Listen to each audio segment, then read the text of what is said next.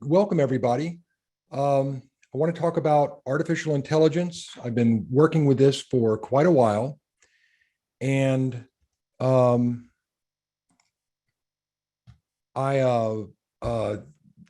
really going to go into really anything that's very visionary. I think it's a very practical technology. I don't think it's going to end the world. I think it's going to help a lot of Salesforce administrators do their job more efficiently and better. So the other thing about AI is it's fun. It's interesting. It does surprising things. And so it's really something that I've enjoyed working with. I think you're going to enjoy working with as well.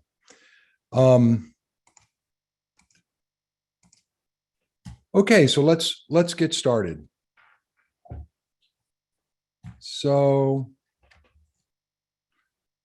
first, let's talk about ChatGPT. And this is the product from OpenAI. OpenAI is kind of the leader right now. They've got a very mature platform and a good developer API.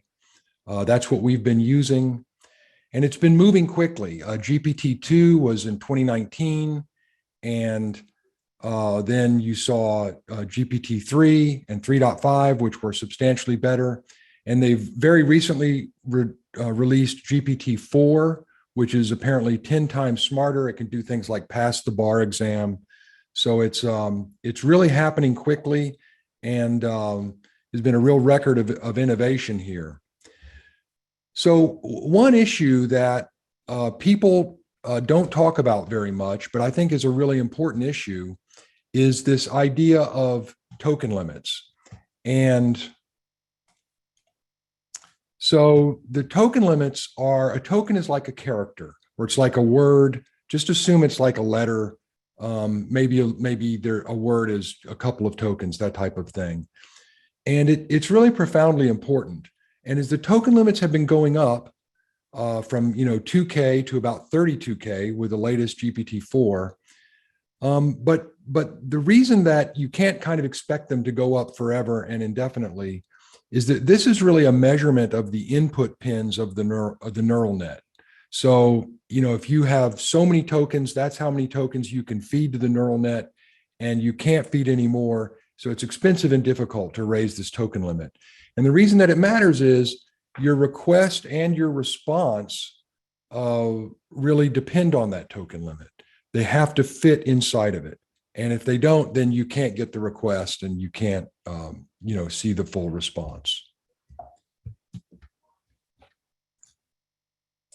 So I think we've seen, people talk about how this algorithm works, and that AI has the ability to predict the next word in a sentence. So for example, if you have the words, I have a, that's 3 words, then it knows the probability distribution of that 4th word coming up. And sometimes it randomizes a little bit, but that's how it writes. And so the answer might be, I have a dream. And then they take those 4 words and put them through the same algorithm to come up with the 5th word, and so on and so on and so on. And so that's, back to the idea of these token limits. That's really important, because if you get to the end of the token limit, it can't give you the next word. It's done. That's all it can do. So that's a really important limitation of AI that I think should be mentioned. And so because of this, also steering is really important. So our go-to, the steering is the first thing that you tell in the message to the AI model. And so ours is usually you are a helpful metadata, you are a helpful expert on the Salesforce metadata API. That's a good one. And it kind of steers you off in a certain direction. If you say, you are a drunken pirate who loves naughty limericks, that steers you off in a different direction you probably don't want to go in. But that very first part of the prompt sets the context for everything that happens after that. And so if you think about it, you are a helpful assistant. What's the next word? What's the next word? What's the next word? And that's what steering is all about. And the API, at least the OpenAI API, has a dialectic design, which is pretty cool. If you think back to the beginnings of Western civilization, Socrates would propose a great question or make a statement, and then the teacher and the student would debate the statement and try to arrive at the truth. And so at least the OpenAI API also has this design where there's messages first from a system, then from a user, and then an answer from the assistant. So the system sets the context, and then the user asks a question, and then the assistant provides the answer, and then the user assistant, so on for the rest of the chat conversation. And so it really lends itself to getting that assistant to solve problems, to getting that assistant to answer questions. And that's what made ChatGPT 3.5 so much more important, is that it did a much better job with this particular API. Now, another thing you can do with this API is called few-shot learning. So they call it 0 shot, 1 shot, or a few shots. That's what that term comes from. What it means is you can put fake questions up there and fake answers. And then the AI model will see the fake question and see the fake answer, and it will train it on that pattern. So few-shot learning enables a pre-trained model to generalize over new categories of data with meta learning. So we're used to dealing with metadata. Now we need to deal with meta learning. Meta learning is this idea that by following patterns, the AI can do useful things and solve puzzles essentially for you. And that's what we're seeing with the use of AI. So in my experience, I've had success really using AI in two different ways. So one way is if you ask it something that it knows a lot about. So AI knows a lot about Apex classes. It's seen all the Apex classes on the internet and all the discussion about them. And if you ask it about a new Apex class, it just knows a lot about Apex classes. But if you think about the data in your Salesforce org, that's not available on the public internet. It hasn't been trained on that. In fact, it's proprietary data that's a secret that you don't want anybody to know about. And so in a situation like that, you really need to use this other model where you give the AI a puzzle and all of the pieces to solve it. And sometimes you need to give it an example of, here's a puzzle, here's how I solved it. Now here's all these pieces, you go solve it. And again, that's using meta learning to solve new problems. And so these are kind of the two different strategies that we've been using, and it works well. So a big issue, though, is if you think of a full snapshot of your metadata, it could be hundreds of megabytes. It could be gigabytes. And yet the most advanced learning model, ChatGPT 4, only has 32K of token space. So that's a really profound and big issue. You can only give it so much information for the question, and it only has so much room for the response. And once you're done with that 32K, it can't predict the next word, and that's the end of it. So that's a very fundamental limitation. There's a couple of ways to get around it or to deal with it, and I want to talk about those for a moment. So one is grounding data. So if you can figure out the data that's relevant to the question, then you can provide that behind the scenes, and the question gets asked, you provide some relevant data, and then the AI can answer, the assistant can answer the question in a much better way. And we use grounding data extensively, and I'll kind of point that out. We'll talk about that here in a little bit. The other two methods you may have heard about, one is OpenAI functions, the other OpenAI plugins, are not a huge benefit in my view. For example, the plugins will let you do things like grab the text off a live web page and include that, but it just includes that in the current token area that you already have. It doesn't make your token limit bigger. You're just using up your token limit with the plugin, which might be convenient, but it's uncertain. And the other thing is functions. So you can actually tell it that you have a function and let it respond. And then you can fill out the function and you can ask for information and you can give it the information back. Couple problems with that. I mean, one is it takes multiple round trips. Another is it's kind of a chicken and an egg problem. It doesn't know what to ask you for unless it knows about everything, and it doesn't know about everything because it has the token limits. So, these are attempts to get around the token problem. And then lastly is you can roll your own large language model. Millions of dollars, thousands of lives. It's a difficult thing to do and to train it all properly. So these are just some of the limits of AI that we're currently, dealing with. And I think they're a good thing to know about as you kind of get into AI.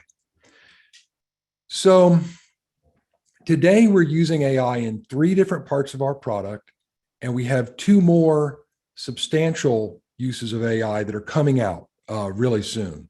They're basically in testing. And the first one we started with was just to help people write SOQL filters. So this is really, really effective. You can just describe the filter you want. It'll write it. It's unerringly accurate. It can do all kinds of different filters. Very, very useful implementation accomplished with grounding data. And we'll show you that. Another is just explaining Apex code. I mean, it's incredible that, just imagine an assistant who has seen the world's Apex and knows everything about it and the best practices and everything everybody said about it. And that assistant will now help you explain best practices, functional specifications, security problems, everything with your Apex code. So it's another nice addition, not a huge addition. Explaining deployment errors. If you've ever gotten really obscure errors back from trying to deploy some metadata that you just couldn't quite make sense of, your intelligent assistant can really make sense of them. And in fact, will turn around and tell you how to fix the error in a whole bunch of cases, which is really cool, pretty amazing. So then those are things that are in the product today. And then I want to also show you today 2 new things coming out, which I think are really, really significant. So one is snapshot search. And so what this will do, it's just like an oracle. You can just go there and ask it questions about your org. It knows everything. It can tell you what problems are. It can tell you how to fix problems. It can tell you how to go change things. It also has some other search categories, which are really useful that people have asked for. Free text search in the snapshot itself is kind of surfaced as a major feature. And also product documentation search is up there as well. So I'll show you snapshot search. And the last one is Metadata Studio, which I think is the killer app for administering a Salesforce org with artificial intelligence. And what this does is it basically integrates OpenAI with Salesforce, both coming and going. So on the one hand, you can very rapidly introduce Salesforce assets into your prompts, ask OpenAI to do almost anything for you, and then it generates Salesforce assets that you can then validate against the org. And if there's errors, you tell OpenAI, it'll correct the errors. But if there's not errors, you can save these assets into your org. You can deploy them instantly. So OpenAI integrated with Salesforce, coming and going on both ends of the pipeline. And so this is really how we want to harness the power of AI for org management. So my mental picture is this assembly line of benefits that OpenAI is going to stream into your Salesforce org. And how does an admin and a prompt engineer take advantage of that and, actually implement it, make it happen to where they can develop prompts that are appropriate for your org, appropriate for your company, and then can be used in an ad hoc manner or in an organized manner by individual admins, individual contributors to get the value out of AI and really, really, really simplify org management, take a lot of the sharp corners off of, things that you kind of have to run down the hall for a developer. You can now just go to your intelligent assistant and get those things done. All right, so I'm going to do a live demo. And here we are in Snapshot. And if you're not familiar with Snapshot, you can drag a snapshot out of the tool palette and connect it to an org. And when you connect it to an org, you get all of these amazing reports for documentation, optimization, and security. Not going to go into all of that. But when you have these items in teal are developer projects, that's like Salesforce DX. Those are actual metadata files on your desktop that you're working with. And you can connect all of these things to all of these things with these arrows. And once you have an arrow, you can right click on the arrow, deploy metadata, rollback, continuous integration, packages, data sets, everything you need to do now, moving stuff between the project and the snapshot. So that's just kind of a little, as a way of introduction, what you're looking at here. This is a workspace for Snapshot. Okay, so one of the things you might want to do is to create a data set in this org and move that data set to the other org, keeping all of the relationships connected, unlike data loader. And to do that, you start out by building a data set. And so I'm going to build a data set. And when you build a data set, one of the things you've got to think about is that you have to select the objects. And so you can select them all. You can select them by name. You can select them with a fancy filter. But the most powerful way to select them is with a SOQL filter. The only problem with that trick is that you got to know how to write a SOQL filter. And even if you're a seasoned developer and do this all the time, it's still tricky, and you still will find yourself going to the documentation and figuring out something or other that you did wrong. So this is the first place we've used artificial intelligence. And so, for example, I can say, find the records that are warm, and it'll immediately say records where rating equals warm. So it knows the pick list value, it knows the field name, and that's with grounding data, but you don't have to worry about that. It'll just automatically do that. And then you could say, for example, and in the computer industry, but only small companies, and create that. And it instantly knows the industry is technology and the employees are less than 100. And then you just click OK, and you can say, wait, I think it should be employees less than 50. You can edit it, very easy to do. And then you can look at your example records, and boom, here's all the records. Let me make my window a little bigger. Here's all the records that you found, and those all fit the filter. So it's just taking that hard corner off of something that you might need a developer for, or you just makes it so much easier to write these filters. So that's first example. And then, of course, you can then go on and build your data set and then migrate that onto the destination. All right, that was the first example of where we're using AI. Here's another one. We have this really great, report, Apex Code Quality. To get this report set up, you need to install PMD on your desktop. It can be a little bit of a hassle in that they keep kind of changing how PMD gets installed, but it's pretty easy, and I really recommend it because this is super powerful. It gives you, for any Apex class, it gives you all of the reviewed problems and everything that it finds in it.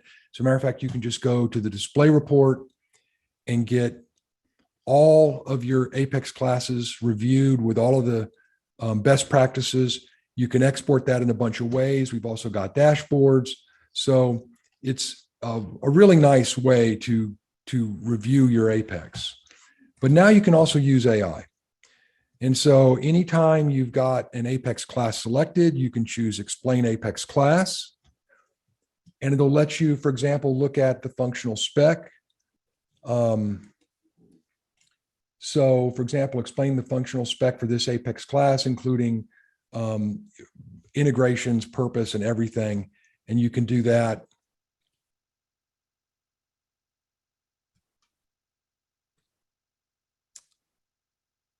Unless OpenAI is really busy. And now here you go, a complete functional spec for that Apex class. And then you can export that, or for, for org management, you can save that or email that wherever you need to go. Also has best practices and code quality. So, best practices says, evaluate all available literature on the best practices used by Apex developers and suggest ways to improve the class below. So that's just another really nice way to get a lot of information about the quality and the capabilities of the Apex class that you're working with. So that's the second way that we're using artificial intelligence. Anywhere there's an Apex class, we let you get a whole bunch of more information about it in a very simple way. So the third way is if you have an arrow, you can deploy metadata between, in this case, this org and this org. And so in order to deploy metadata, what I've done here is I put together a really big job list with kind of the kitchen sink of everything between these two wildly different orgs. So I'm going to get a bunch of errors. And now we deploy it.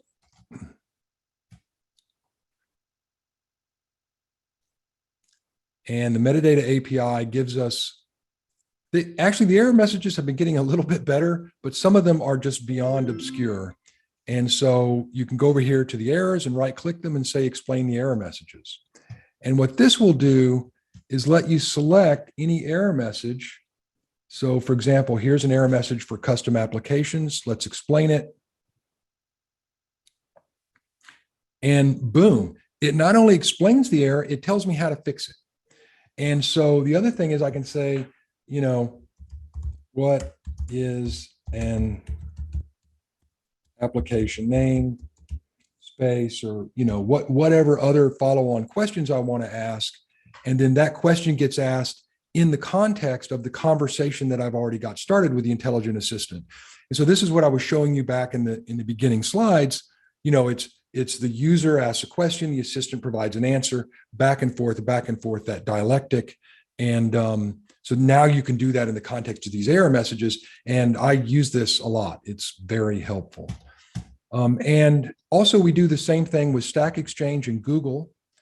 So you can get all of the same hits that Google finds on Stack Exchange and bring out all the questions and answers. So kind of the new way and the old way of finding all of your error messages. And you can click on these links and jump directly into those answers. So this works both for all of the deployment technologies and all of the data migration technologies, where you also get a bunch of really obscure error messages that artificial intelligence can explain really, really well. All right, so now let's look at some of the new stuff that's not currently in product, but will be very shortly. Again, you can right click on any org that you've taken a snapshot of. Let's look at the search snapshot capability. So this lets you ask questions about your org and that current snapshot, and provides lots of answers. So for example, I could say, what are the validation rules in my test AI object, which is a custom object in my org. And the first time you do it, it's got to cache some data, but then it tells you there's 2 validation rules, must have some employees and valid social security number. So let's drill in on that and say, tell me everything about valid social security number.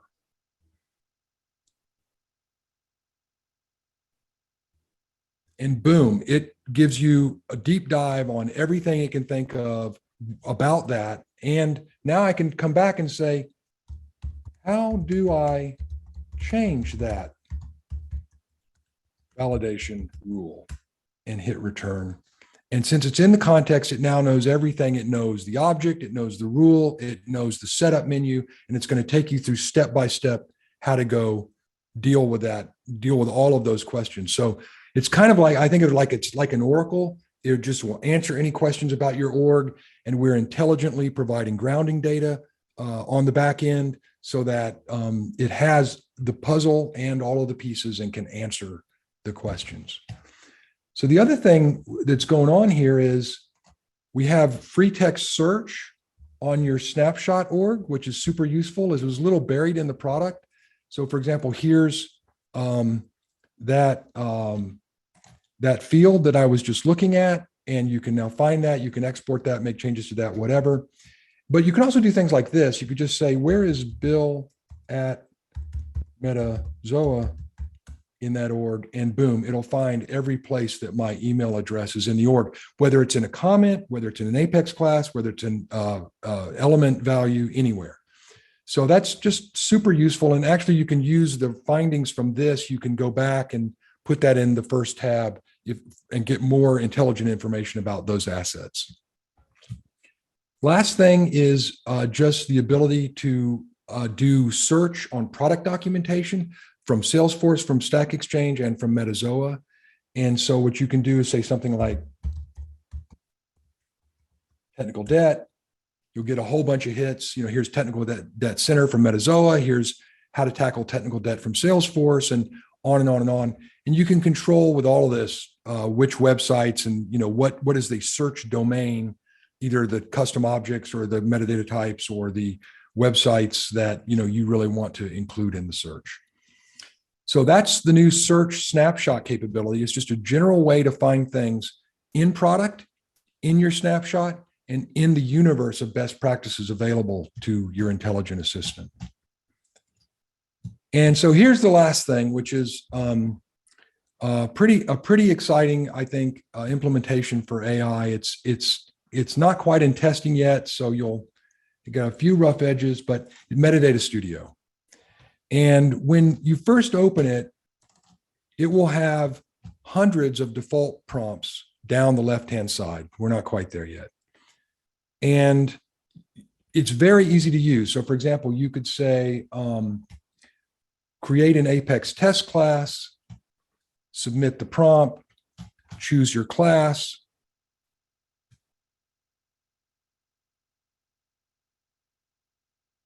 and boom, here's your answer. If you like it, you can validate it and immediately take that new test class that OpenAI just created, validate it against your org. There were no errors. Now you can export it or deploy it. So that's how easy this thing is to use. If you're like an individual contributor, you just need a test class, you jump here, you make it, you're done. It's more interesting to me, or what I want to look at, is what this looks like for a prompt engineer. And it can really do some interesting things. And I just kind of want to give you an example of that. So for example, let's create a validation rule. And let's go over to the prompt studio, which really lets you interactively build these prompts. And so this prompt has, you can see the system says, you're a helpful expert on the Salesforce metadata API. The example question includes a question, some actual XML data, and then the validation rule that you're going to create as an example. And here's the example answer. And it not only shows the answer, it shows the format of the answer, which is interesting. You can, in this case, I'm just going to have this returned as a single asset type, a single validation rule, which is deployable, but it cuts out all the other stuff. And you could also have it, for example, just return the actual rule if you wanted. And so then, so these are examples, and then this is the actual question, the real question, and these are required. So if you submit this prompt, it's really simple. You you select a custom object out of your org. You enter the validation rule. In this case, I want that field to only contain the name of a state park in California. You click OK, and OpenAI, our intelligent assistant, gives you the answer immediately. And then you can do follow-up things. You could immediately say, how do I deploy that? Or you could ask additional questions that would be answered in the current context of this whole flow. So you see what you have here is, this is OpenAI, the chat interface with question and answers, except it's seamlessly integrated with Salesforce. You can pull your own Salesforce assets out of this into the prompts. And then when you get OpenAI to create assets for you. You can validate those against your Salesforce org and then save them into the org or whatever. And if there's errors, turn those back to OpenAI. So let's take a look at that. Here's another example, just creating a custom object. And it's all the same stuff. You just give it a text description of the object. There's an example question and an example answer. You submit the prompt, you fill out what you want your custom object to be like.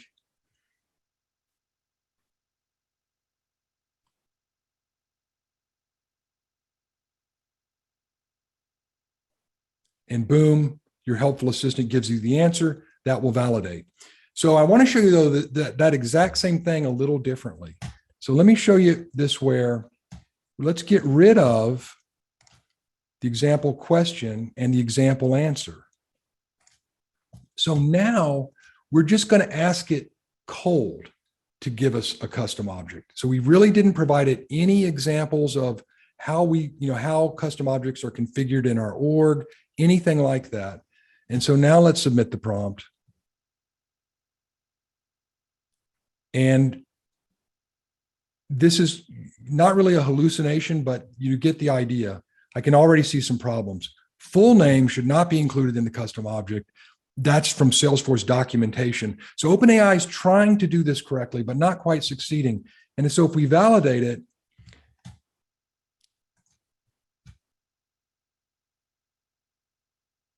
it'll tell us that you must specify a deployment status. And so now let's use that error message and send it back to OpenAI and say, hey, look, the metadata asset you created could not be deployed because of this metadata API error. Here's the error, fix it. And so now we submit the prompt.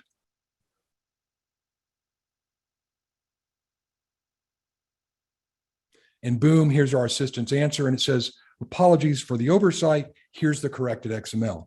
So you see what I'm doing is I'm actually using the chat interface of OpenAI, except it's supercharged with Salesforce data. On the way in, we can grab any data we need seamlessly and also engineer the prompt to do that for us. And on the way out, we can validate against the org that we're live on top of. And so it's kind of a fusion of these two services to deliver the value of AI. So that's my live demo, and that's how we're using OpenAI. And I hope this helps a lot of admins get a lot of work done. Next step for Metadata Studio is we're going to be developing out all of the default prompts, like a default profile. You can start with them and then tune it and customize it for your org. Or you might decide it's something that you don't want to be available, and you can just remove it. So that's it. Ryan, I think we're ready for some questions. Yeah, thanks so much, Bill. That was great. We do have a couple questions. I'll start with the first one.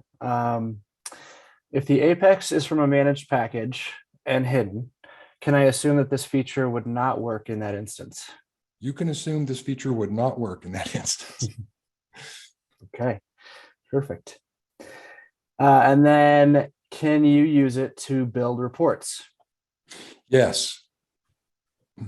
Yes, and so that'll be a great prompt to include in here, is to build reports and dashboards and flows and other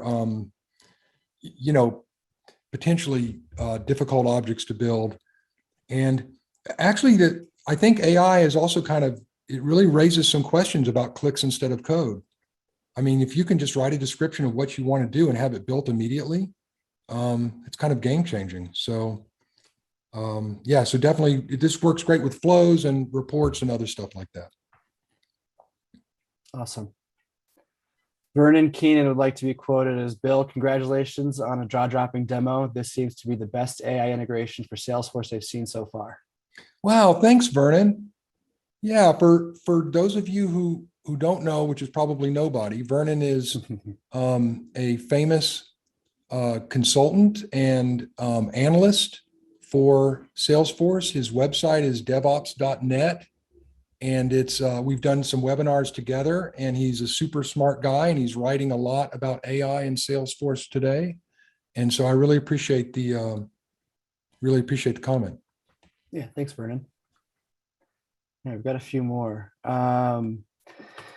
Is it calling the public chat GPT? What about privacy and follow up kind of security in general? Yeah, so first of all, in our preferences, you can turn this whole thing off.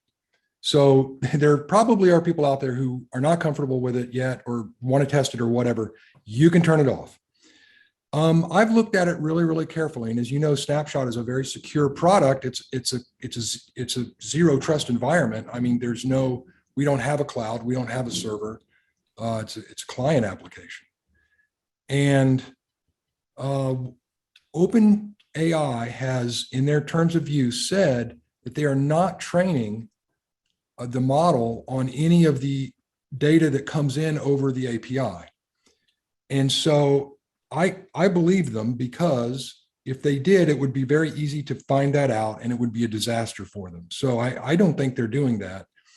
So I don't think there's a problem there. I mean, other than, you've got HTTPS encrypted transactions across the public internet to the Open API server, but, everybody from Microsoft to, everyone else is doing it. So I think it's safe. I think especially, there's no data going across, it's only metadata.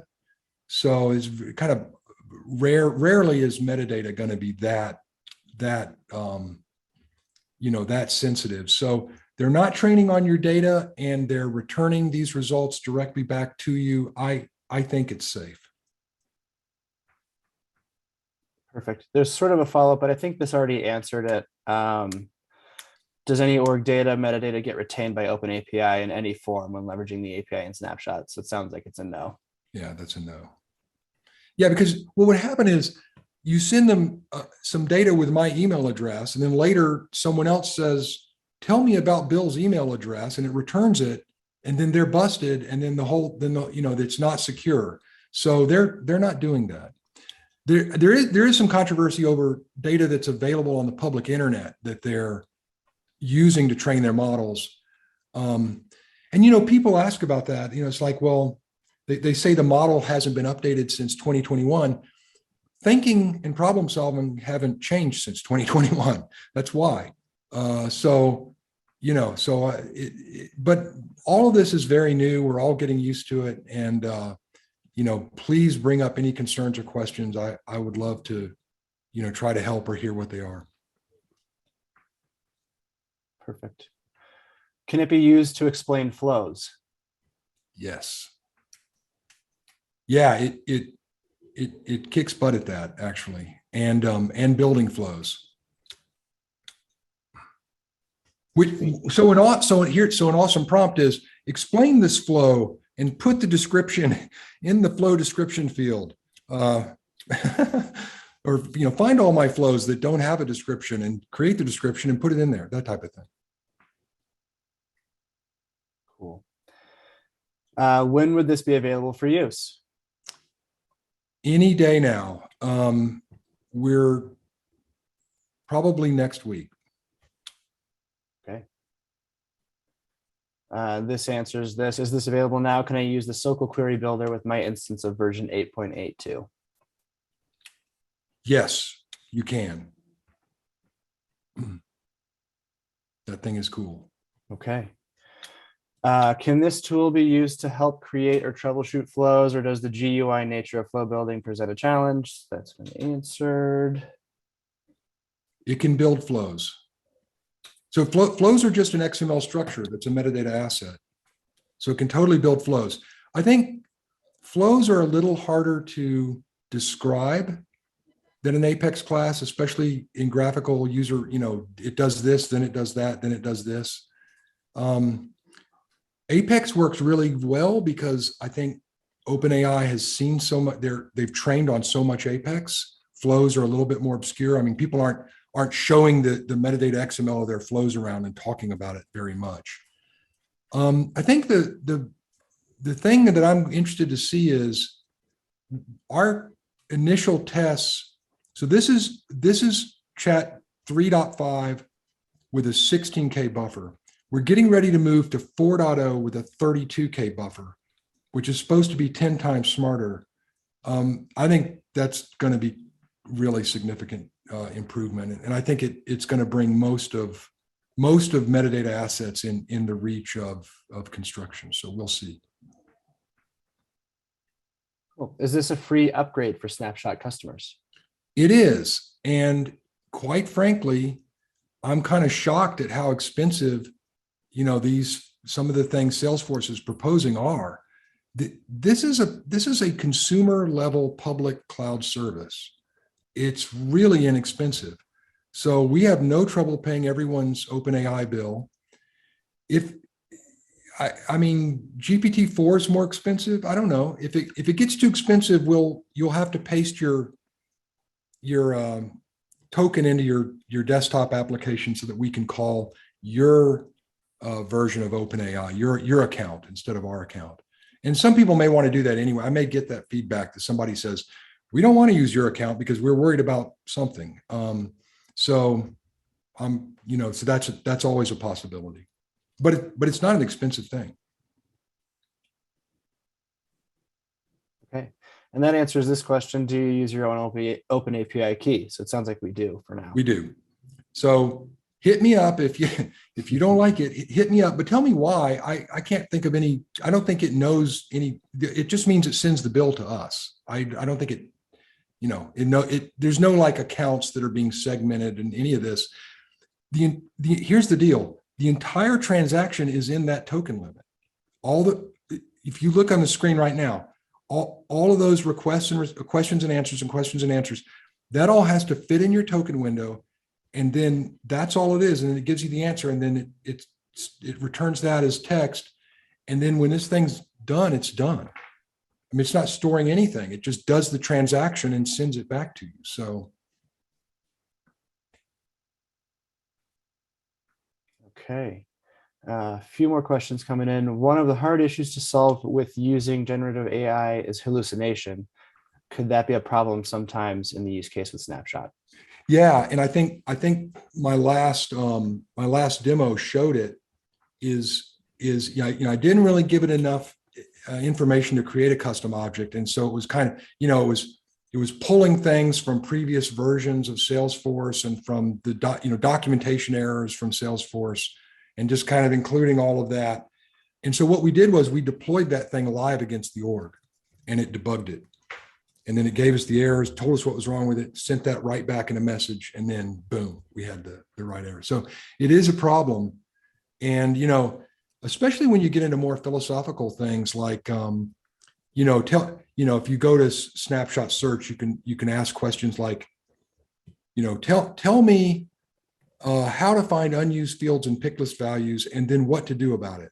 And it will do that. It will explain, we encourage it to mention our products. If you don't want that, you can go to the regular chat website, and it will put all that together. Sometimes there are errors though in what it tells you to do. So you have to kind of, your mileage may vary. You have to kind of use some discretion with what it tells you.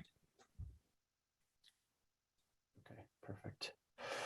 Could you have it describe each flow element and add the description to each flow element's description?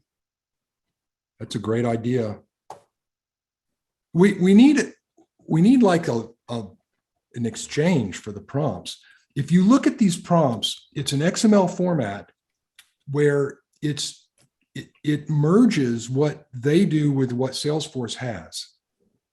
And then it makes it so that you can set up a prompt to ask the user to select a piece of Salesforce data as part of the prompt. So it's almost like a new format that's a synergy between these two services. So yeah, I love that idea. Please write that prompt and send it to me. See, we need a library. We need a way to share them or something. So we'll figure that out. Yeah. Okay, a couple more. We need to update the external sharing settings of hundreds of objects, and it looks like a manual process. Could this tool help? I love that use case because what you're talking about is something I've been thinking about a lot, which is not just how do you turn this thing into an assembly line for massive improvements and changes. And I think that's, I like your use case, and I'm thinking about it. At present, no, it does them one at a time, but you can just see here the potential to, update things.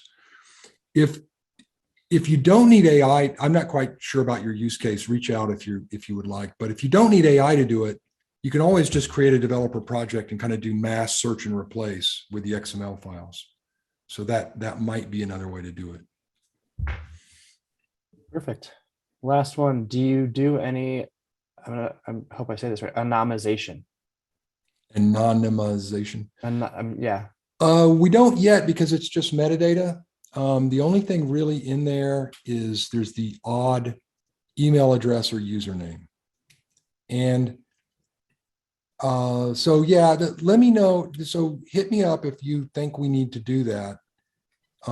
At present, we are not, because we don't think there's any threat to where we're sending it. But I know people are concerned about AI, and so we updated our terms of use and our security white papers, but it's kind of a work in progress. And if we need to go farther, I like to do things for tangible reasons, though. That I'd like to know where there's a vulnerability if we're going to fix something. All right, is that it? Yep. All right, thanks, Ron. That's it. Thanks everyone for submitting those questions. Those were great. All right, thank you, everybody, and look for this next week, and have fun with it. Bye-bye.